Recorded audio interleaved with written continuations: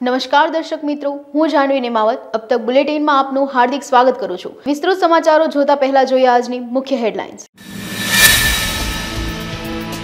ધોરણ 10 અને 12ની બોર્ડનું પરિણામ 1 મહિના વહેલું જાહેર થશે। રાજ્યમાં પારો ફરી પટકાતા ઠંડીનો અહેસાસ, રાજકોટનું 11.8 ડિગ્રી તાપમાન। પાટણ હારીજ ચાણસ્મા હાઈવે જાત્રાએ જતા પદયાત્રા સંઘને અકસ્માત નડતા 3ના મોત। समाचार જોઈએ વિસ્તૃતમાં।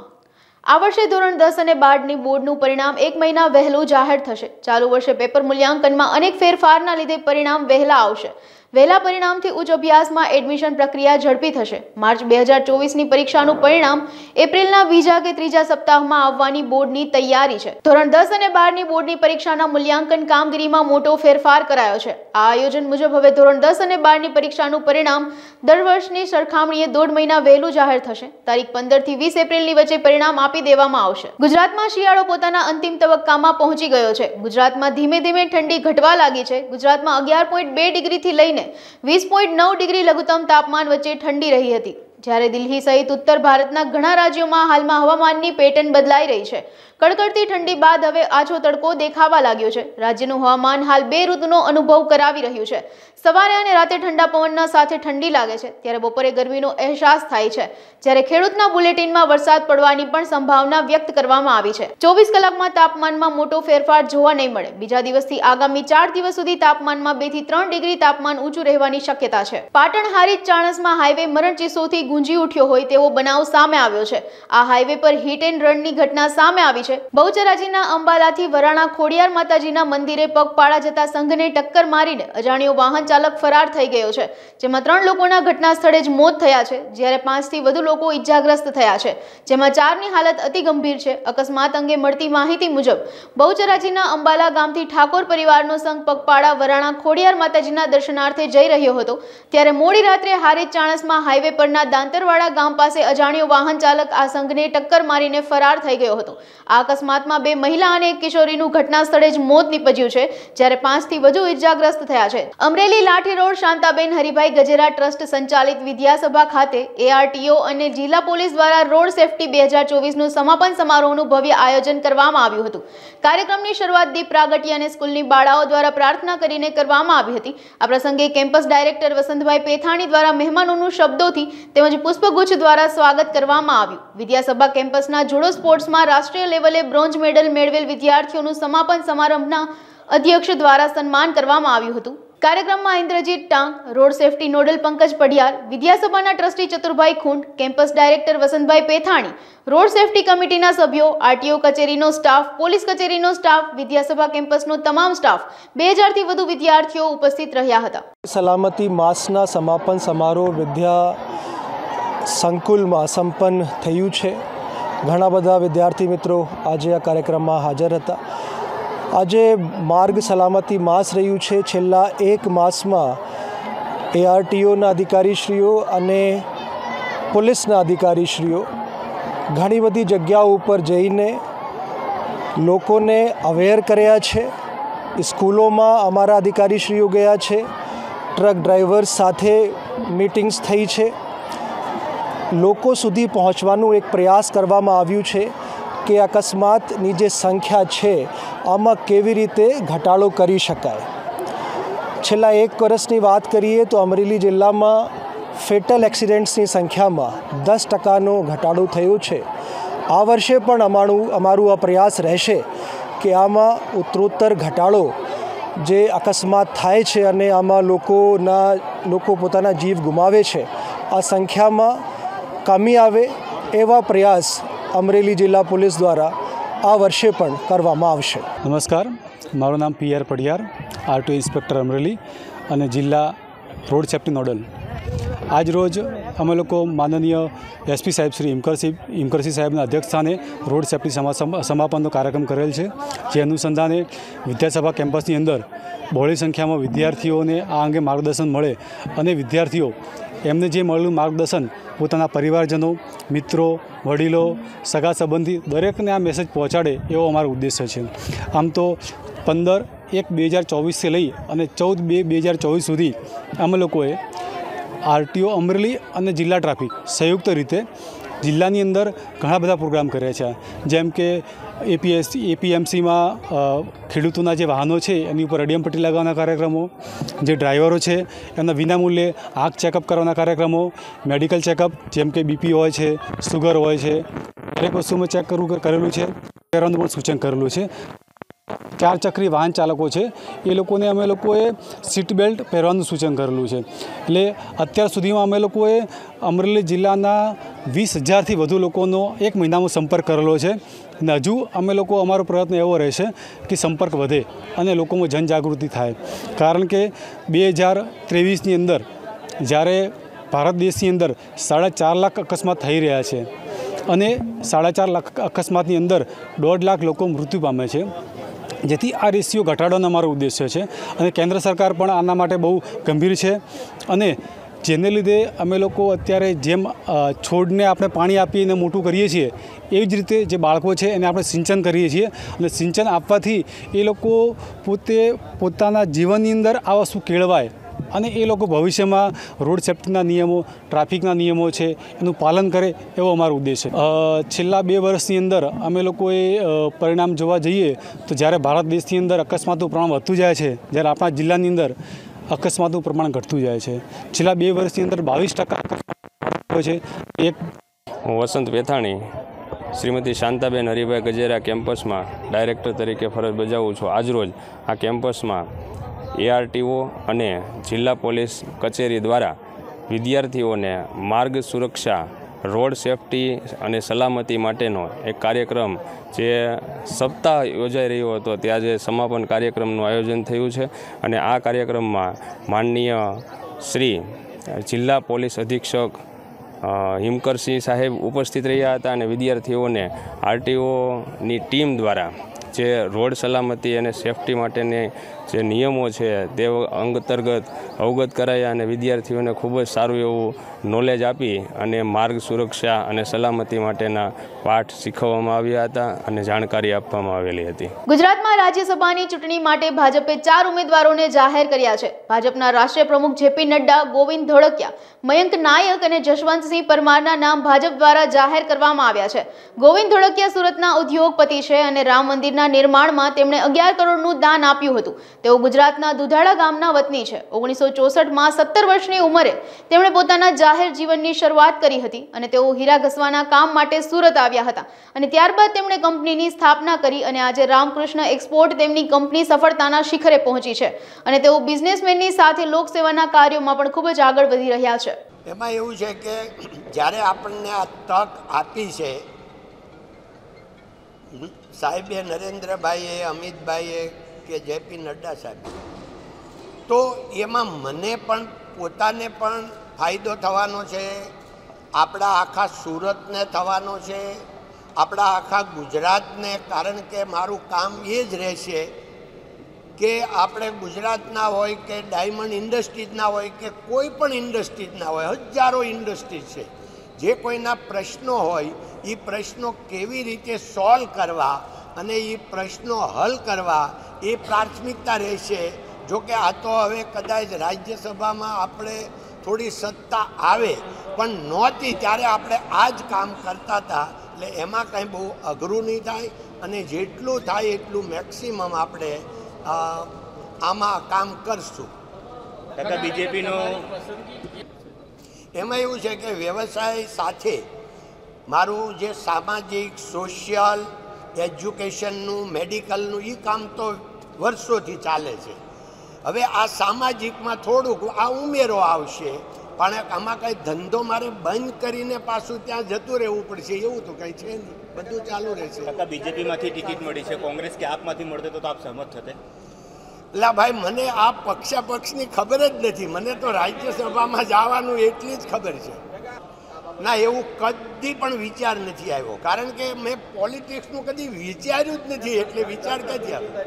પણ મને ભગવાનની કૃપાથી અત્યારે મારા જે રાજ્યસભાના સાંસદો ગણો કે લોકસભાના લગભગ 90% લોકોને હું ડાયરેક્ટ ઓળખતો હતો અને મારી મિત્રાચારી હતી, એટલે મારે એમાં કંઈ અઘરું હતું નહીં. ત્યારે પણ કામ તો હું જે કંઈ હોય એ કરી શકતો હતો. એટલે બહુ એ ભગવાનની કૃપા હતી એમ. એક એક્ઝામ્પલ આપું જૂનો કે જેમ એન જ્વેલરીમાં એકવાર ડી બિયર્સ કંપનીનું ટ્રાન્સલેશન થયું, લંડનથી બોટ્સવાના ગઈ. હવે એ જો વીકમાં પેમેન્ટ બોટ્સવાના ન જાય તો આખો મહિનો અટવાઈ જાય ડાયમંડ ઇન્ડસ્ટ્રી. તો એ ટાઈમે દિલ્હી આપણા SR રાવ સાહેબ હતા તો ઇન્ડસ્ટ્રીયલ કમિશનર. તો જેમ એન જ્વેલરીમાંથી મને ફોન આવ્યો કે જો આ 2 દિવસમાં આપણને ન મળે ત્યાં પેમેન્ટ કરવાની તો આપણું અત્યારે આખું ઇન્ડસ્ટ્રી અટવાય એમ છે. બસ મેં રાવ સાહેબને ફોન કરી દીધો અને 2 જે સાંસદ સભ્યો એને કીધું કે તમે સાહેબની હારે કોન્ટેક્ટ કરો અને બીજે દિવસે થઈ ગયું. એટલે કામ તો ભગવાનની દયાથી ત્યારે પણ આવા થતા જ હતા. પાટણ જિલ્લાના રાધનપુર ખાતે આવેલ તાલુકા ખરીદ વેચાણ સંઘની ચૂંટણીમાં ભારતીય જનતા પાર્ટીનો બિનહરીફ વિજય થયો છે. ચેરમેન તરીકે ભોજાભાઈ આહિર અને વાઇસ ચેરમેન તરીકે જયરામભાઈ ચૌધરીની બિનહરીફ વરણી કરવામાં આવી છે. રાધનપુર ચૂંટણી અધિકારી અને રાધનપુર મામલતદાર બાગવન સાહેબની ઉપસ્થિતિમાં ચૂંટણી યોજાઈ હતી. આ પ્રસંગે પાટણ જિલ્લા ભારતીય જનતા પાર્ટીના પ્રમુખ દશરથજી ઠાકોર દ્વારા પાર્ટીના આદેશ અનુસાર મેન્ડેટ આપવામાં આવ્યો હતો. રાધનપુર તાલુકા ખરીદ વેચાણ સંઘની ચેરમેન તથા વાઇસ ચેરમેનની ચૂંટણી હોય અમારા સૌના આદર્શ પેજ સમિતિના પ્રણેતા આદરણીય શ્રી પ્રદેશના અધ્યક્ષ પાટીલ સાહેબ દ્વારા અને સંગઠન મંત્રી અમારા શ્રી રત્નાકરજી અને ઝોન મહામંત્રી આદરણીય શ્રી રજનીભાઈ પટેલ સાથે પરામર્શ કરી અમારા જિલ્લાના અધ્યક્ષ આદરણીય શ્રી ડૉક્ટર દશરથજી ઠાકોર દ્વારા આ તાલુકા સંઘના ચેરમેન તરીકે ભોજાભાઈ અને વાઇસ ચેરમેન તરીકે દેવરામભાઈ ચૌધરીની નિમણૂક કરેલી છે. સર્વે સભ્યોએ સર્વાનુમતે ટેકો આપી અને સૌનો સહકાર આપ્યો છે. આ ભારતીય જનતા પાર્ટીની પ્રણાલી પ્રમાણે સૌએ સાથ આપ્યો એ બદલ હું સૌનો આભાર માનું છું. અસ્તુ ભારત માતા કી જય. સુત્રાપાડા રેડ ક્રોસ સોસાયટીના ચેરમેન અજય બારડની હાજરીમાં પોલીસ સ્ટેશન, વિવેકાનંદ વિનય મંદિર, કન્યા શાળા તેમજ સાગર મચ્છી ફેક્ટરીમાં ડિઝાસ્ટર મેનેજમેન્ટ તાલીમનું આયોજન કરાયું હતું. સાગર મચ્છી ફેક્ટરીમાં બહેનોને આરોગ્ય અને કલ્યાણ વિભાગ સોસાયટી ગુજરાત રાજ્ય શાખાના માધ્યમથી 500થી વધારે બહેનોને ડિઝાસ્ટર મેનેજમેન્ટની તાલીમ આપવામાં આવી. દિલીપસિંહ બારડ, મહામંત્રી ગીર સોમનાથ જિલ્લા ભારતીય જનતા પાર્ટી. આજે રેડ ક્રોસ સોસાયટીના ચેરમેન શ્રી અજયભાઈ પટેલ સાહેબ દ્વારા તેમના ખાસ વિઝનથી ગુજરાત રાજ્યમાં તમામ સંસ્થાઓમાં ફાયર સેફ્ટીની જે તાલીમનું આયોજન થયું છે તેમાં સુત્રાપાડા તાલુકા રેડ ક્રોસ સોસાયટી દ્વારા શ્રી અજયભાઈ બારડના નેતૃત્વમાં આજે કુલ 6 જગ્યાએ આવા ટ્રેનિંગ કેમ્પો યોજાઈ રહ્યા છે. તેમજ રેડ ક્રોસ સોસાયટી દ્વારા જુદી સેવાની પ્રવૃત્તિ અજયભાઈ પટેલના નેતૃત્વમાં સમગ્ર ગુજરાતમાં પૂરજોશથી ચાલુ છે તે ખાસ અભિનંદનને પાત્ર છે. અને લોકોને પણ હું વિનંતી કરું કે રેડ ક્રોસના આવા જે કાર્યક્રમો જે ટ્રેનિંગના કારણ કે ખૂબ અગત્યનો કાર્યક્રમ હોય ફાયર સેફ્ટીમાં લોકોએ શું કરવું, કઈ રીતે કરવું એ બધી વ્યવસ્થા અને તાલીમ અહીંયા આપવામાં આવે છે. આવી ટ્રેનિંગનો જેમ બને એમ વધારેમાં વધારે લાભ લે તેવી લોકોને પણ વિનંતી કરું છું. અત્યાર સુધી રેડ ક્રોસ સોસાયટીમાં કુલ રાજ્ય શાખામાં 33,000 વોલેન્ટિયર સ્વયંસેવકોની નોંધણી થઈ ચૂકી છે. તે પૈકી 10,000 સ્વયંસેવકો વોલેન્ટિયરો સુત્રાપાડા તાલુકા શાખામાંથી જે નોંધાયેલા છે. તેવી જ રીતે હજી પણ લોકો આમાં વોલેન્ટિયર તરીકે જોડાય અને આવી તાલીમોનું આયોજનમાં તમામ વોલેન્ટિયરો ભાગ લે. કારણ કે વોલેન્ટિયર જ્યારે આપાતની સ્થિતિ આવશે ત્યારે આ ખૂબ જ કામગીરીવાળી વસ્તુ રહેશે. તો સૌને વિનંતી કે હજી આવી જે તાલીમોનો લાભ લે. ગીર સોમનાથના વેરાવળ ખાતે સોમનાથ સંસ્કૃત યુનિવર્સિટીમાં યોજાનાર 16મા પદવીદાન સમારોહનું આયોજન કરવામાં આવ્યું છે. આ સમારોહમાં રાજ્યપાલ આચાર્ય દેવવ્રત ઉપસ્થિત રહેશે. આ પદવીદાન સમારોહમાં કુલ 797 વિદ્યાર્થીઓને પદવી પ્રમાણપત્ર આપવામાં આવશે. ઉત્કૃષ્ટ શૈક્ષણિક પરિણામ મેળવનાર 27 વિદ્યાર્થીઓને સુવર્ણચંદ્રકથી સન્માનિત કરવામાં આવશે. मुझे प्रसन्नता हो रही है कि हम सोमनाथ संस्कृत विश्वविद्यालय के ओर से 16वां पदवीदान समारोह हम आयोजित करने जा रहे हैं, जो माननीय राज्यपाल श्री आचार्य देवव्रत जी के अध्यक्षता में आयोजित होगी 15 तारीख को दोपहर हमारे विश्वविद्यालय के प्रांगण में. किसी भी विश्वविद्यालय का जो फलश्रुति होती है, रिजल्ट, वो विद्यार्थियों को उपाधि प्रदान करने से ही पता चलता है, क्योंकि विश्वविद्यालय का जो पदवी प्रदान करना ये एक परिचय कार्यक्रम है जिसको लेकर विद्यार्थियों का जीवन और जीविका उस पर ही आगे फिर चलता रहता है। हमारे विश्वविद्यालय का इस 16वां पदवीदान समारोह में कुल इस वर्ष हम लोग 797 विद्यार्थियों को उपाधि प्रदान करने जा रहे हैं, जिसमें शास्त्री, आचार्य, MA, MPhil और शोध PhD डिग्रियाँ भी शामिल हैं। उसके साथ साथ PGDCA के भी कुछ विद्यार्थी जो हमारे विश्वविद्यालय की ओर से कर रहे हैं उनको भी पदवी प्रदान की जाएगी। और कुछ सामाजिक और सांस्कृतिक प्रचार प्रसार के लिए विश्वविद्यालय की ओर से कुछ विद्वानों को भी सम्मानित किया जाता है, विशेष सम्मान से पुरस्कृत किया जाता है। इस वर्ष हम लोग ने श्रीमती सरस्वती बेन जयंतीलाल भट्ट संस्कृत विद्वान 2024 का पुरस्कार के लिए एक विद्वान को चुना है, जिसका पुरस्कार और सम्मान दोनों माननीय राज्यपाल जी श्री के हाथ से मंच पर दिया जाएगा। और जो विद्यार्थी सबसे ज़्यादा गुणांक प्राप्त करके अपने डिग्री में जो क्लास में उत्तीर्ण हुए हैं उनको गोल्ड मेडल भी मिलता है। इस साल हम लोग 27 बच्चों को गोल्ड मेडल दे रहे हैं। तो ये सब जो है कि प्रोत्साहन कार्यक्रम है, अभिप्रेरण कार्यक्रम है, जो यही अभिप्रेरण उनके भावी जीवन के पाथेय बनेगा। इसको लेकर वो अपना अग्रिम करियर में वो लोग आगे बढ़ेंगे। इसलिए हर विश्वविद्यालय का एक विशेष पहचान होता है पदवी प्रदान करना, जिसको लेकर अपने जीविका में भी विद्यार्थी लोग लग जाते हैं। और केवल जीविका प्राप्त करना इस विश्वविद्यालय का डिग्री का महत्व प्रयोजन नहीं है। भारतीय संस्कृति का, भारतीय ज्ञान परंपरा का और उत्तम नागरिक निर्माण करने का जो शिक्षा है वो इस विश्वविद्यालय से मिलता है।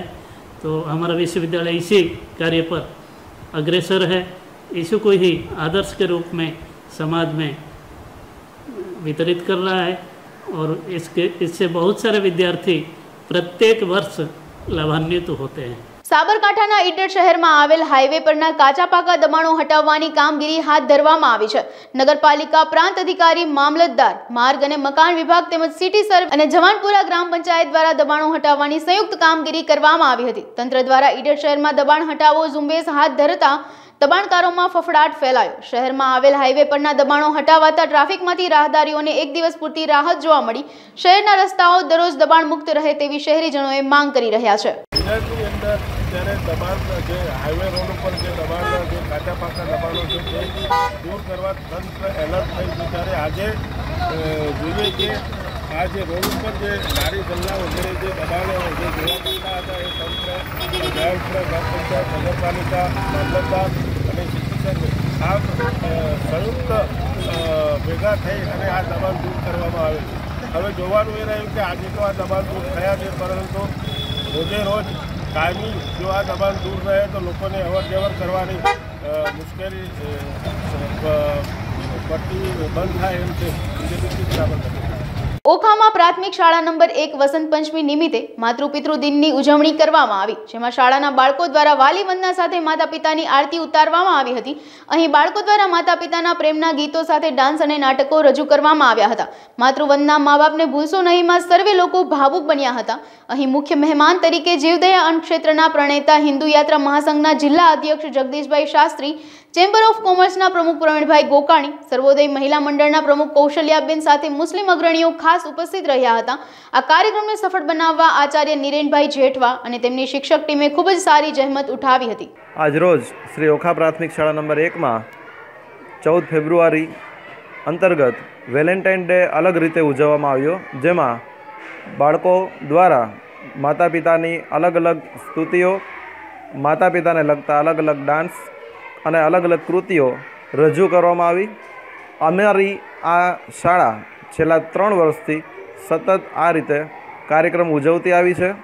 અમારી શાળાના બાળકોને ભણતરની સાથે સંસ્કારોનું પણ સિંચન થાય, માતા પિતાને સન્માન આપતા શીખે, માતા પિતાનો આદર કેળવતા જાય અને સાથે સાથે માતા પિતાનો ઋણ ચૂકવવાના ભાગરૂપે કાર્યક્રમના અંતમાં એક સરસ મજાની આરતી પણ કરી અને આ કાર્યક્રમમાં ઓખા ગામના ચેમ્બર ઓફ કોમર્સના પ્રમુખ શ્રી પ્રવીણભાઈ ગોકાણી, સાથે સાથે જીવદયા ટ્રસ્ટના આગેવાન શ્રી જગદીશભાઈ શાસ્ત્રીજી, ઉપરાંત સર્વોદય મહિલા મંડળના પ્રમુખ શ્રી કૌશલ્યાબેન તેમજ ગામના મુસ્લિમ સમાજના આગેવાનો પણ ઉપસ્થિત રહ્યા. સાથે સાથે વાલી મિત્રો પણ બહોળી સંખ્યામાં હાજર રહ્યા. કાર્યક્રમના અંતમાં જ્યારે માતા પિતાની આરતી ઉતારવામાં આવી ત્યારે અનેક શિક્ષકો, શાળાના શિક્ષકો અને સાથે સાથે વાલીઓ પણ ભાવુક થયા અને આ કાર્યક્રમની સફળતાનો અંશ છે તેવું કહી શકાય. સાથે સાથે આભાર વિધિ શાળાના ઉપાચાર્ય મહોદય શ્રી જયશ્રીબેન રાઠોડે કરી કાર્યક્રમને પૂર્ણ જાહેર કર્યો. સુરત શહેર પોલીસ દ્વારા રાષ્ટ્રીય માર્ગ સલામતી સપ્તાહની ઉજવણી કરવામાં આવી હતી. ઇન્સ્પેક્ટર પોલીસ કમિશનર વબાંગ જમીરની ઉપસ્થિતિમાં બાઇક રેલીનું આયોજન કરી ટ્રાફિક સપ્તાહનું સમાપન કરવામાં આવ્યું હતું. ટ્રાફિક પોલીસ, TRB જવાનો અને FOPની ટીમ રેલીમાં જોડાયા હતા. લોકોમાં ટ્રાફિકના નિયમો બાબતે જાગૃતિ આવે તે હેતુથી આ બાઇક રેલીનું આયોજન કરવામાં આવ્યું હતું. 15 જાન્યુઆરી 2024 થી 14 ફેબ્રુઆરી 2024 સુધી સુરત શહેર ટ્રાફિક શાખા દ્વારા રોડ સેફટી મંથ 2024ની ઉજવણી કરવામાં આવેલું. આ રોડ સેફટી મંથનો જે મુખ્ય હેતુ છે એ લોકો ટ્રાફિકના નિયમો બાબતે જાગૃત બને, ટ્રાફિકના નિયમોનું પાલન કરે અને રોડ અકસ્માતમાં કઈ રીતે ટ્રાફિકના નિયમોનું પાલન કરવાથી અકસ્માતમાં ઘટાડો લાવી શકાય એ મુખ્ય હેતુ હતો. અને આ સમગ્ર મંથ દરમિયાન સુરત શહેર ટ્રાફિક શાખા દ્વારા વિવિધ સ્કૂલો, યુનિવર્સિટી, NGO, તમામ સમાજના વર્ગો એટલે કે બાળકોથી લઈને સિનિયર સિટીઝન બધાનું પાર્ટિસિપેશન દરેક અવેરનેસની પ્રવૃત્તિઓમાં થાય તેવું ધ્યાન રાખવામાં આવેલું છે. અને સાથે સાથે જે પણ સુરતના શહેરીજનો છે એ સુરતને રોડ સેફટીની દ્રષ્ટિએ આગળ લાવવા માટે શું પ્રયત્ન લોક ભાગીદારીથી કરી શકાય એ તમામ જાણકારી લોકોને આપવામાં આવેલી છે. અને સાથે સાથે સ્કૂલોમાં બાળકો જે આવનારા ભવિષ્યનું નાગરિક છે એમને ટ્રાફિકના નિયમો બાબતે જાણકારીની સાથે સાથે પ્રેક્ટિકલ ટ્રેનિંગ એટલે કે બાળકો ખુદ રોડ ઉપર ઊભા રહી અમારા કર્મચારીઓના માર્ગદર્શન હેઠળ ટ્રાફિક નિયમન કરે તે માટે ટ્રાફિક કેડેટ પ્રોજેક્ટનું પણ અમલીકરણ કરવામાં આવેલું છે. અલગ અલગ યુનિવર્સિટીમાં જઈ વિવિધ પ્રકારની પ્રવૃત્તિઓની સાથે સાથે અલગ અલગ પ્રકારની કોમ્પિટિશન એટલે કે ચિત્ર સ્પર્ધા, નિબંધ સ્પર્ધા, સ્લોગન સ્પર્ધા, ટ્રાફિકને રિલેટેડ ક્વિઝ કોમ્પિટિશન્સ અને એકાંકી નાટકની પણ કોમ્પિટિશન રાખવામાં આવેલી, જેમાં 40,000થી વધારે બાળકોએ ભાગ લીધેલો. અને એમાં જે પણ બાળકોને ફર્સ્ટ, સેકન્ડ, થર્ડ આવે એમને પ્રોત્સાહિત કરીને ઇનામોની સાથે સાથે મોમેન્ટો અને સર્ટિફિકેટનું પણ વિતરણ કરવામાં આવેલું છે. બહારદારી વાહનોના ડ્રાઈવર કે જેમની આંખની દ્રષ્ટિમાં કમી હોવાને કારણે ક્યાંક ને ક્યાંક અકસ્માત થતા હોય છે, તો એવા સંજોગોમાં આવા બહારદારી વાહનો, રિક્ષા અને કેબ ડ્રાઈવરોના આંખની ચકાસણી અને એમને ચશ્માનું વિતરણ પણ કરવામાં આવેલું છે. શેરી નાટકોના માધ્યમથી લોકોને ટ્રાફિકના નિયમો બાબતે સરળતાથી સમજી શકાય તેવી માહિતી પણ આપવામાં આવેલી છે. અને સાથે સાથે અલગ અલગ પ્રકારના એન્ફોર્સમેન્ટની ડ્રાઈવ કે જેના લીધે લોકોને રોડ સેફટી બાબતે જાણકારી મળે અને સાથે સાથે અકસ્માતમાં ઘટાડો લાવી શકાય તે માટે સ્પીડગન અને ઇન્ટરસેપ્ટર તેમજ CCTV કેમેરાના માધ્યમથી ચલણની જનરેશનની પણ કામગીરી કરવામાં આવેલી છે, જેથી એન્ફોર્સમેન્ટની સાથે સાથે બેલેન્સ રાખીને અવેરનેસ બાબતે તમામ પ્રકારની પ્રવૃત્તિઓ સુરત શહેર ટ્રાફિક શાખા દ્વારા આ મંથ દરમિયાન કરવામાં આવેલી છે. આજે શું કાર્યક્રમ હતો? આજે સમાપન રેલીનો જે કાર્યક્રમ હતો એમાં રોડ સેફટી મંથ 2024ના અંતે લોકોને ટ્રાફિકના નિયમો બાબતની જાણકારી બને, સાથે સાથે ખાસ કરીને હેલ્મેટ ટુ વ્હીલર ચલાવતી વખતે પહેરવું જોઈએ એ બાબતે એક માર્ગદર્શન આપવા માટે હેડક્વાર્ટર પોઈન્ટથી વાય જંકશન સુધીની રેલી કાઢવામાં આવેલી, જેમાં પોલીસના મિત્રો એટલે કે ફ્રેન્ડ ઓફ પોલીસ, અમારા ટ્રાફિક પોલીસ કર્મચારીઓ અને TRBઓએ 400થી વધુ કર્મચારીઓ આ રેલીમાં ભાગ લીધેલો. અને લોકોને આ સમાપન મંથની સાથે સાથે એવો સંદેશો આપવામાં આવ્યો હતો કે રોડ સેફટી એ ફક્ત એક મંથનું નહીં પરંતુ કાયમ માટે ચાલતી ડ્રાઈવ છે. અને જેમાં તમામ નાગરિકોએ પોતાનો એક્ટિવ પાર્ટિસિપેશન આપી અને સુરત શહેરને રોડ સેફટીની દ્રષ્ટિએ નંબર 1 બનાવી શકે તે માટે અપીલ કરવામાં આવેલી. સુરતના ડુમસ ખાતે આવેલી વીકેન્ડ હોમ હોટેલમાં 2 દિવસ અગાઉ ફાયરિંગની ઘટના બની હતી. ડુમસ પોલીસ મથકના સૂત્રો પાસેથી મળતી માહિતી અનુસાર વીકેન્ડ હોમ નામની હોટેલમાં ફાયરિંગની આ ઘટના બની હતી. હોટલમાં રોકાયેલા પ્રેમી અને પ્રેમિકા વચ્ચે કોઈક બાબતે માથાકૂટ થઈ હતી.